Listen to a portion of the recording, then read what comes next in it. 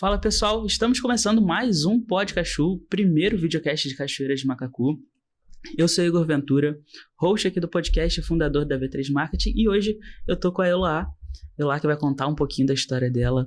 Ela é nutricionista, ela tem pós em nutrição esportiva, então começa contando um pouquinho pra gente sobre a sua história, o que te fez virar nutricionista e etc. Muito da minha escolha profissional vem da minha criação, né? Eu tive uma base alimentar, né? Sempre me foi ensinado a ter escolhas alimentares e experimentar coisas novas. E eu sempre tive também um pouco esse olhar da estética corporal, da saúde. Então, aos 14 anos, eu também entrei fazendo musculação. E a nutrição me escolheu por conta de poder ensinar para as pessoas o que me foi ensinado, né? Que, assim, porque eu não aprendi a comer isso na infância, que eu nunca mais comi. Não. A gente consegue mudar o paladar, a gente consegue incluir coisas novas e eu tento apresentar isso na minha conduta profissional.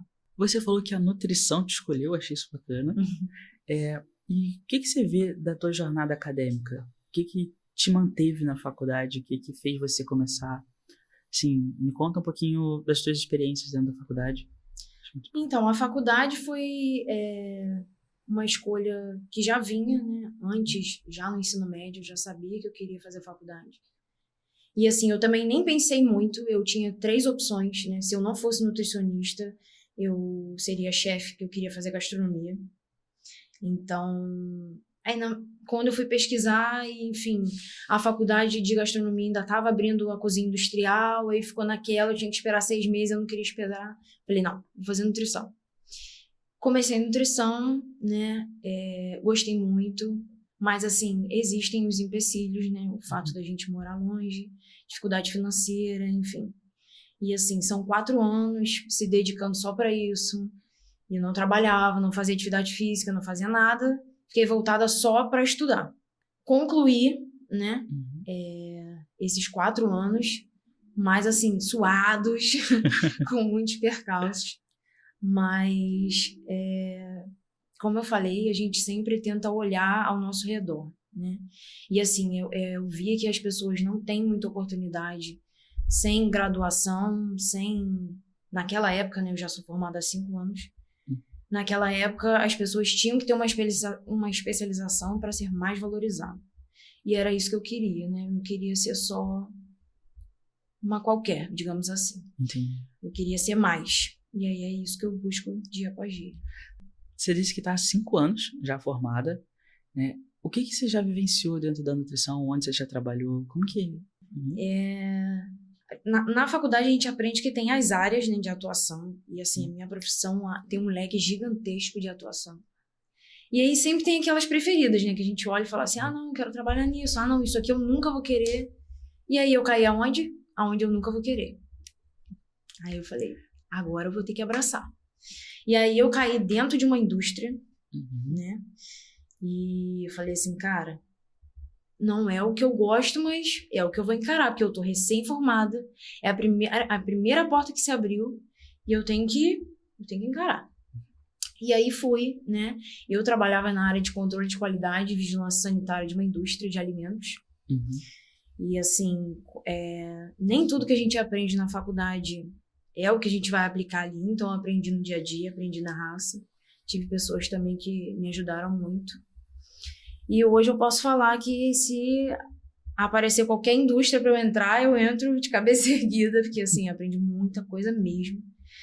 E assim, um aprendizado que eu levei para a vida nessa área foi lidar com pessoas. Me ajudou muito a lidar com pessoas, a ver como é o meu jeito lidando com pessoas. Então, assim, em muitas situações eu dei 2 passos para trás, né, para poder me adaptar ao meio e vi que a gente precisa também não só olhar para o nosso jeito, mas pelo jeito do outro para conviver melhor, né? E em relação aos atendimentos, como eu comecei em consultório, pandemia, né? A minha empresa ficou parada. E aí eu não deixei de receber né? Mas entrou aquele contrato do governo, que a empresa pagava um percentual, o governo pagava outro. Não sei se você lembra desse episódio. E aí eu falei assim, cara, eu preciso de uma renda extra. Só que eu falava assim, cara, eu tenho muito medo de atender, tenho muito medo de fazer errado, e aquela insegurança ainda, né? E eu falei assim, não, vou começar. Comprei os equipamentos, comprei tudo, eu falei assim, não, vou começar online. E até então não tinha nem notebook, nada disso.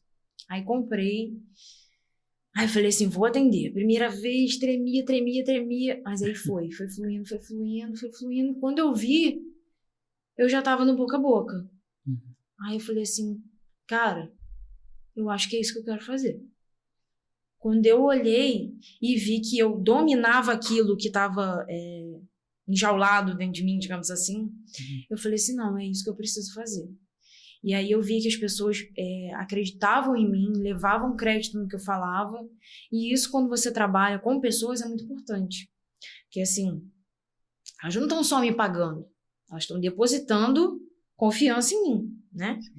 Então, muito do resultado das pessoas também vem desse depósito de confiança no profissional.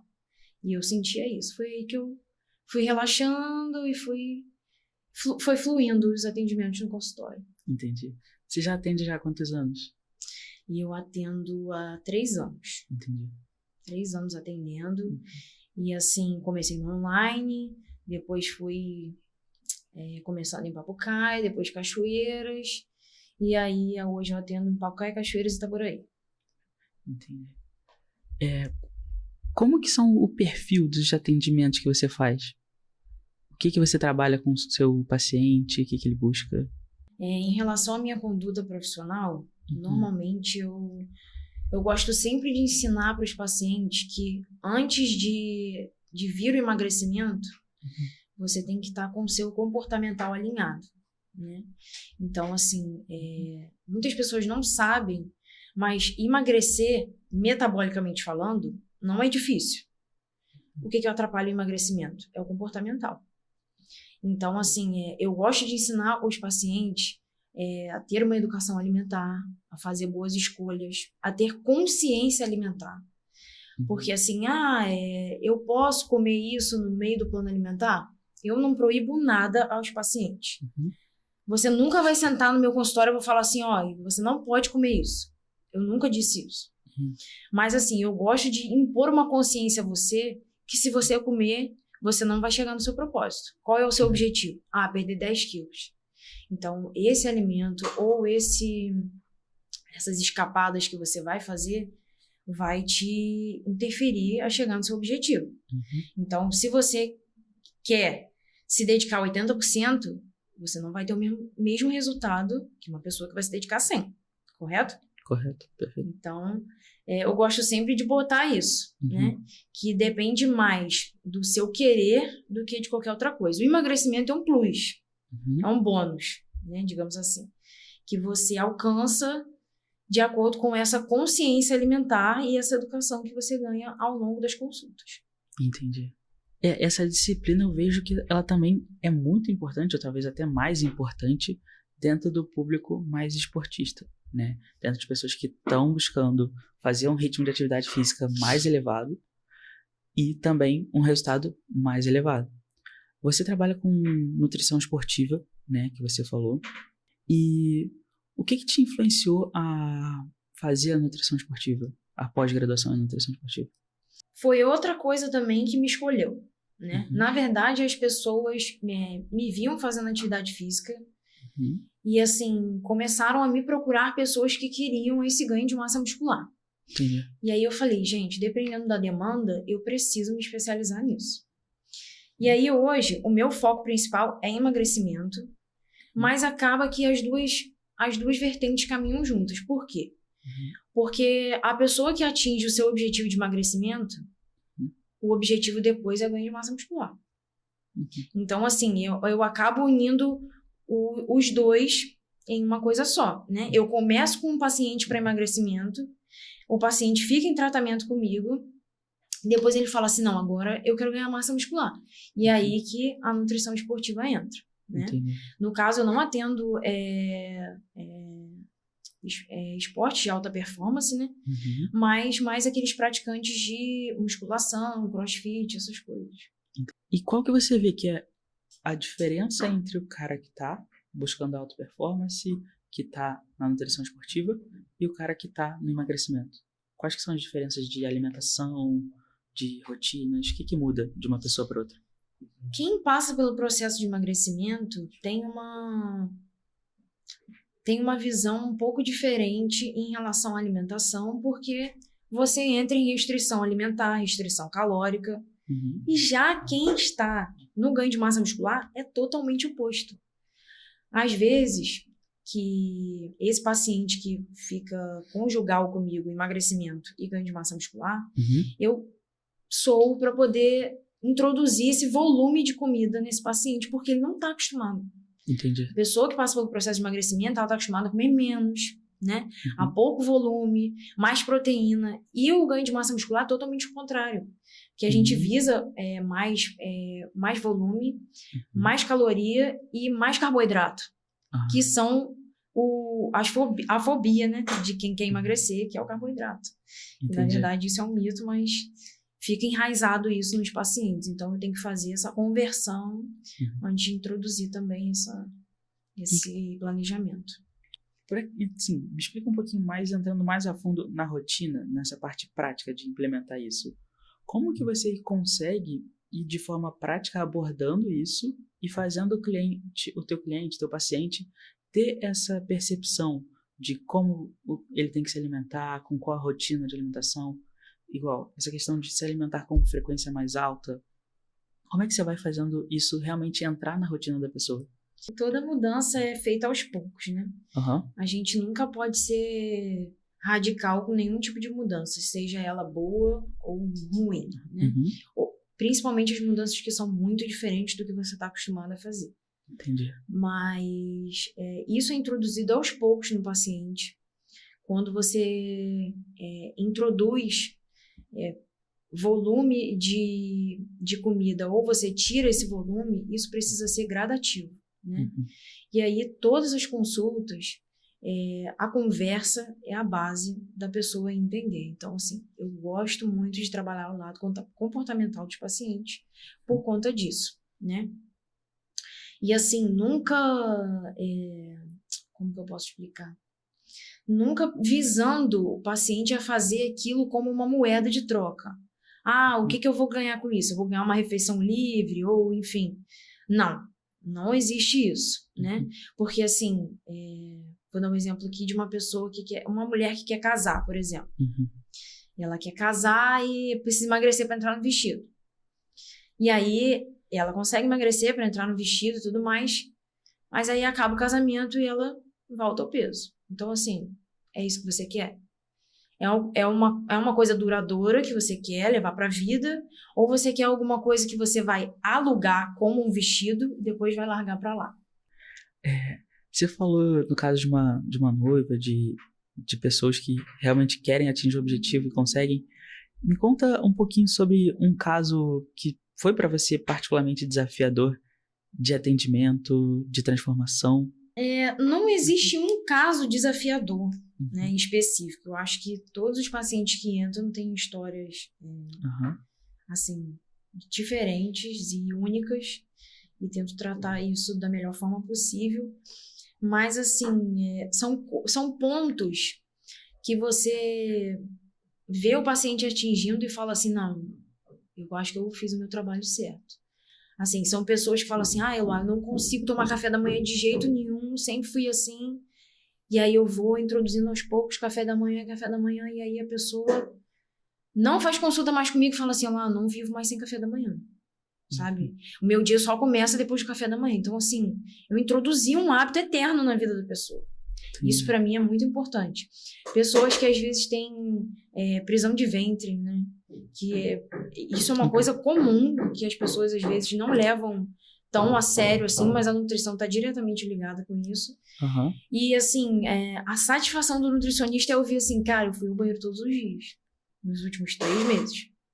Então, assim, se a saúde intestinal tá boa, tá tudo fluindo, porque você tá bem humorado, você tá absorvendo nutriente e tá tudo fluindo.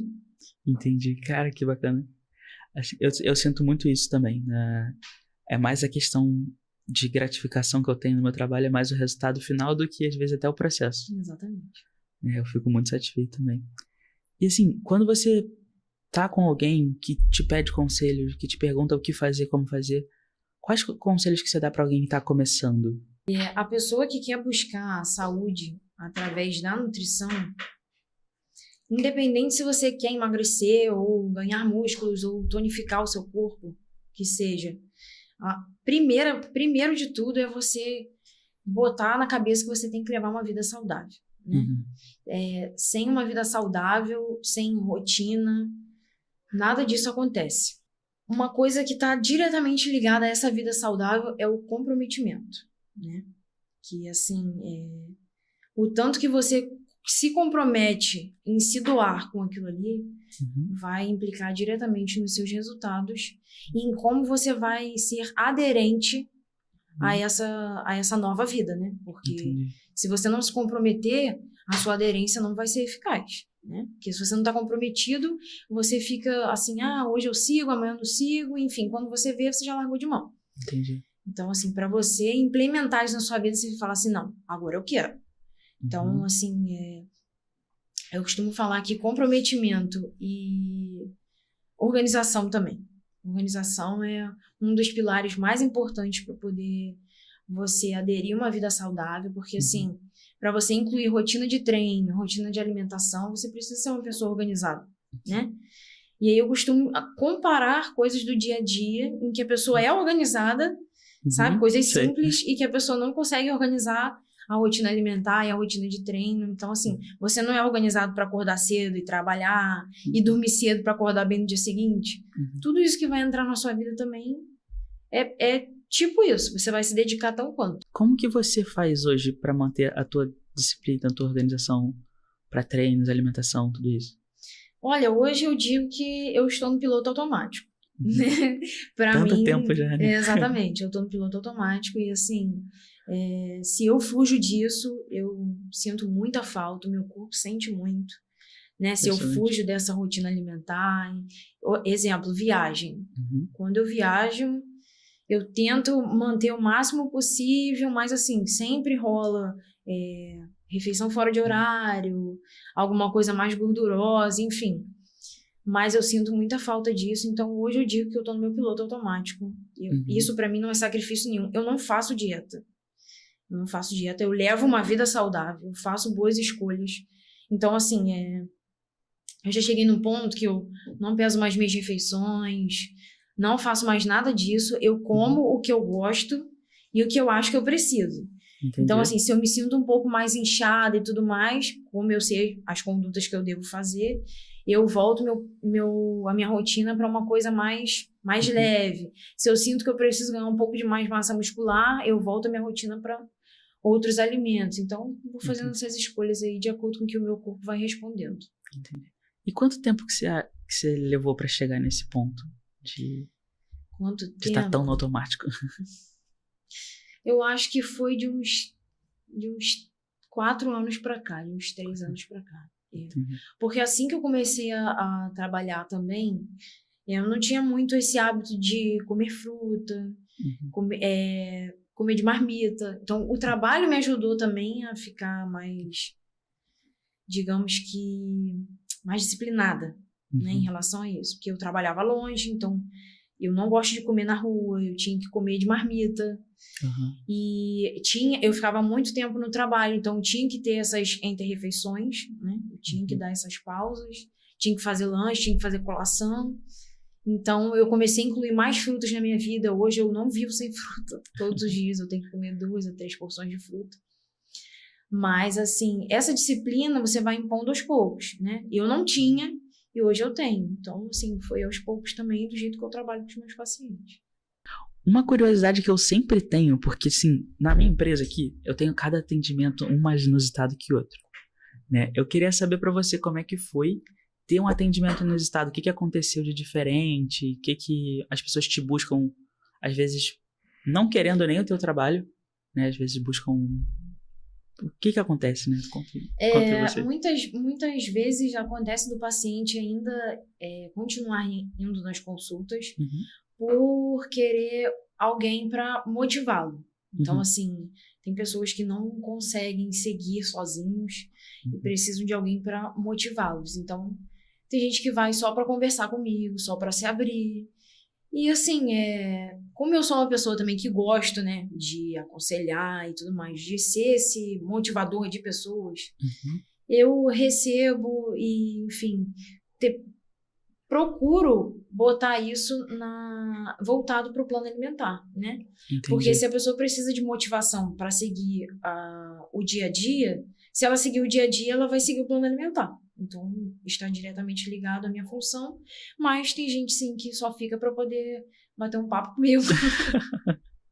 Caraca, acontece. Eu já fiz reuniões, assim, de 3 horas, que 2 horas era só bate-papo. Exatamente. E 1 hora de trabalho. Não, e tem, assim, a relação da pessoa sentar e, às vezes, contar só os problemas. E aí, quando eu vi, já passou 1 hora e a pessoa não botou nada em relação à parte alimentar em cima da mesa. Eu falo assim, gente, agora? Aí eu vou e deixo para a próxima consulta para poder, né, buscar, porque assim, se essa pessoa tá ferida em outras coisas, provavelmente a área alimentar dela também é ferida, que ela desconta essas emoções na área alimentar. Então a gente precisa tratar as áreas, partes, né, por parte. Assim, e de atendimentos que você vem realizando também, o que mais te incomoda quando você tem um atendimento que tá em andamento? Né? Você tá atendendo alguém ali e aconteceu isso aqui que te incomoda. Na verdade, não é nem no meio do atendimento, né? No meio do acompanhamento, né? Digamos assim, que as consultas são um acompanhamento, né? Então, o que me incomoda às vezes é a pessoa atingir o objetivo dela. E aí eu dou alta para esse paciente sabe viver sozinho, né? Eu já ensinei ele a viver e seguir uma vida alimentar sozinho. Mas aí esse paciente retrocede. Então, assim, depois de alguns anos, e aí a pessoa já aconteceu da pessoa, tipo, 2 anos depois me procura e fala assim, tive um problema emocional ou financeiro até, talvez, tive um problema e, assim, ganhei tudo de novo. Então, assim, não é uma coisa comum, mas já aconteceu, e isso mexe um pouco comigo, porque, assim, é um trabalho árduo, não só uma dedicação minha, mas, assim, eu vejo que a dedicação do paciente foi água abaixo, entendeu? Uma coisa que acontece também, que eu tô percebendo que como a gente tem certo atendimento ao público frequente, acontece muito comigo, das pessoas quererem atendimento a qualquer momento. Como que você faz com isso, visto que eu imagino que as pessoas queiram às vezes que, tipo assim, quantas calorias tem aqui na minha marmita? Exatamente, exatamente. Acontece esse tipo de coisa? Muito, muito, muito, assim, e até gente que conhecida ou amigos mesmo, as pessoas acham que a gente é uma tabela nutricional ambulante e a gente vai saber tudo, toda hora, todo tempo. Então, assim, nem tudo a gente tá ali pronto para responder, né? São coisas simples que a gente sabe responder, mas às vezes as pessoas acham que a gente tá com um consultório a céu aberto e que a gente pode responder qualquer tipo de dúvida. Eu falo assim, opa, marca uma consulta. Não, mas tem coisa que a gente consegue sanar as dúvidas, né? São coisas simples. Mas tem coisa que não é uma conversa de 5 minutos que a gente vai esclarecer o que aquilo ali realmente é para a pessoa que está querendo saber, né? Entendi.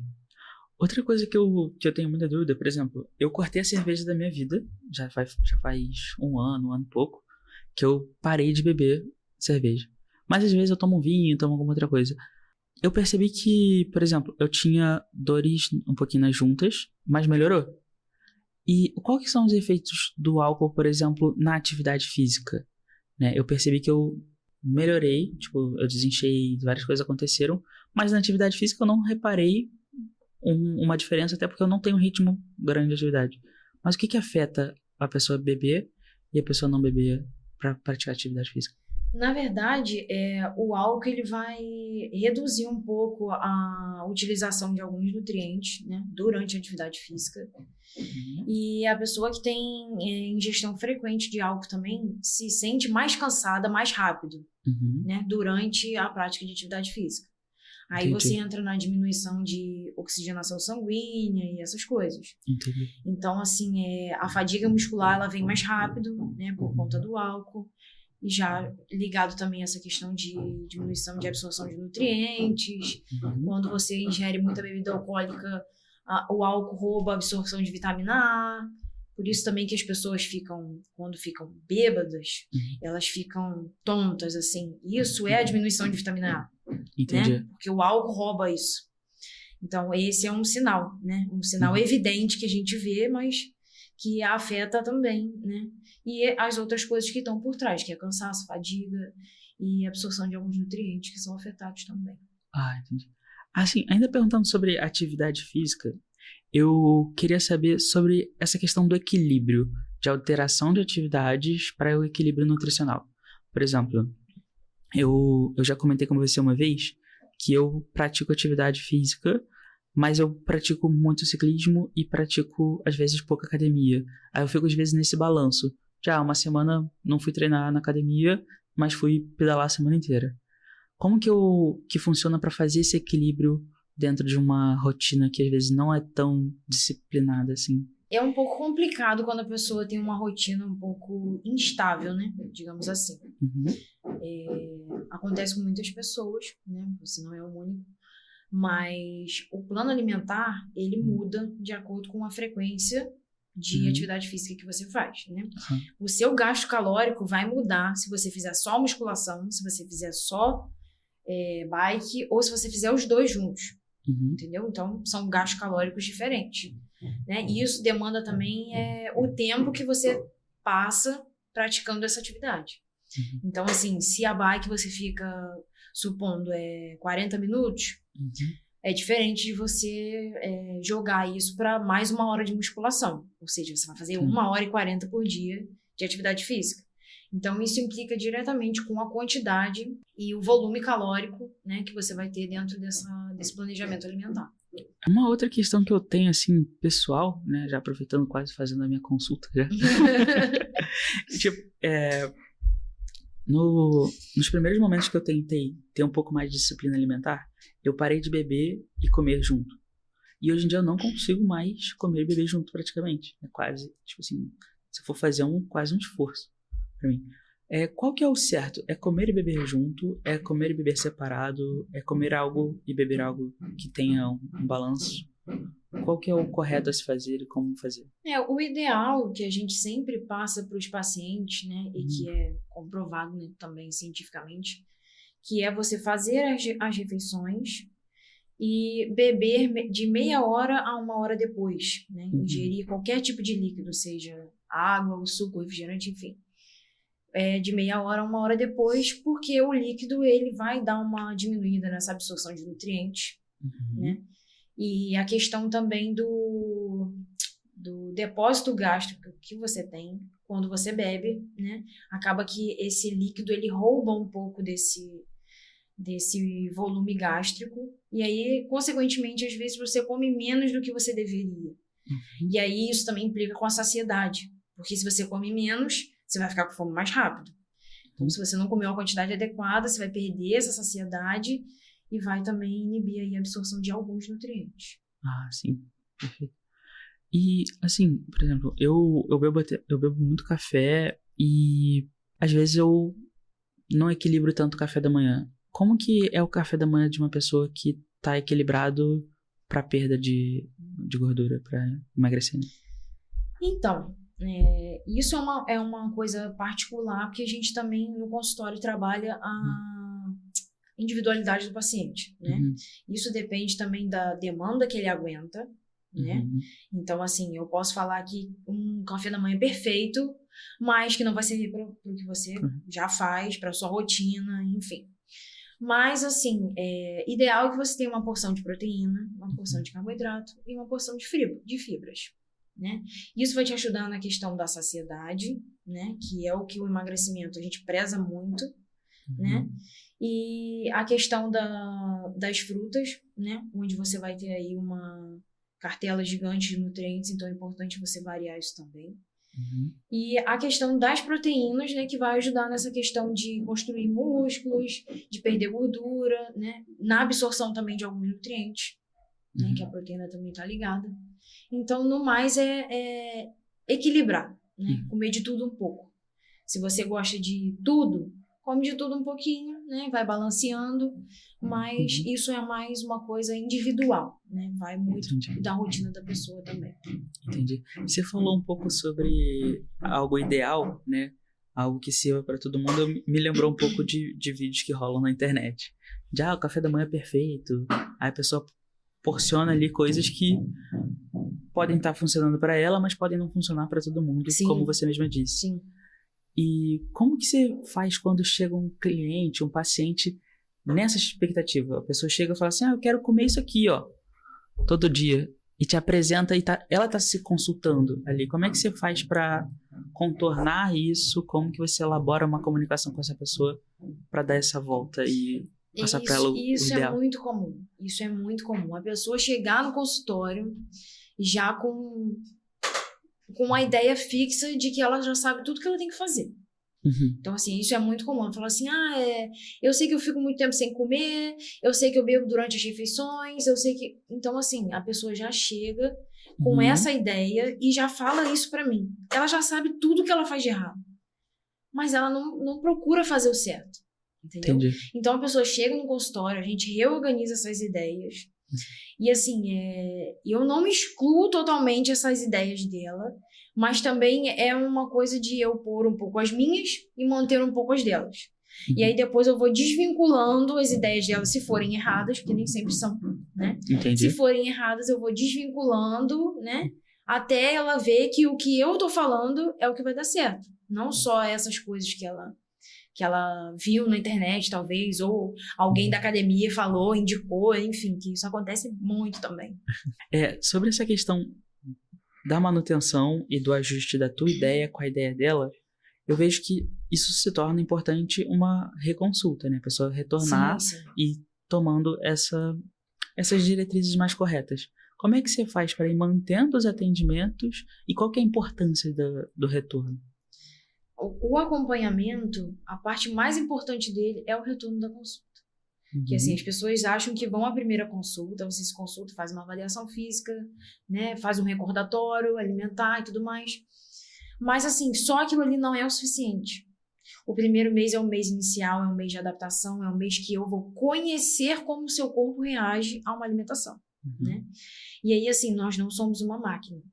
Então, eu não tenho como saber se aquilo vai realmente, efetivamente funcionar para você. Pode ser que funcione muito, mas pode ser que funcione mais lento. Então, assim, eu preciso que você volte, me relate o que você aderiu, o que você não aderiu, o que funcionou, o que não funcionou, se o intestino voltou a funcionar bem, se você está dormindo bem, se você aderiu à prática de atividade física regular. Então, tudo isso é tratado nas consultas de retorno. Então, assim, a parte mais importante do tratamento são os retornos, que normalmente aí eu coloco de 30 a 40 dias para o paciente poder me dizer se isso foi efetivo ou não, né? E aí a gente vai mudando as estratégias de acordo com o que o paciente vai relatando. Perfeito. Assim, a gente já tá chegando no finalzinho das perguntas, né? E eu sempre fico muito interessado em saber algo que você gostaria de transmitir para as pessoas, algo que você conseguiria deixar de mensagem para quem tá acompanhando a gente, para quem tá aqui na cidade acompanhando nosso conteúdo. Deixa uma mensagem. Pode ser motivacional, pode ser inspiradora, pode ser o que você quiser. Pode ser sobre o seu ramo também. A mensagem que eu normalmente também passo para as pessoas que procuram o meu trabalho é nunca é tarde, né? Nunca é tarde para começar uma vida saudável, nunca é tarde para começar uma atividade física, independente da idade que você tenha, independente se você começa por doença ou para prevenir essa doença. Mas, assim, o importante é começar, né? Você não precisa ser a pessoa que corre 10 quilômetros por dia, mas você pode ser a pessoa que faz 1 hora de caminhada por dia. Então, assim, comece. A pessoa que corre 10 km, ela não começou correndo 10 km, né? Então, muitas pessoas, elas deixam de fazer as coisas porque elas querem olhar à frente, né? Elas querem olhar por cima. Mas e aonde essa pessoa começou? Ela não começou por cima. Ela começou lá embaixo, aonde você vai começar. E vai chegar lá em cima. Então, a mensagem que eu deixo é essa. Comece. Só comece. Perfeito. Então, queria te agradecer por participar, agradecer sua vinda. Assim, todo podcast para mim é muito gratificante. aprendizado gigantesco que eu tenho. Assim, tá sendo maravilhoso ter esse projeto, ter essas entrevistas, né? Quero te agradecer muito a tua visita, tua vinda, a tua participação, tá? Muito obrigado por vir. Para você que chegou até aqui, essa foi Eloá Neves, nutricionista aqui na cidade. Deixa o teu Instagram pra galera te acompanhar. @EloáNevesNutri.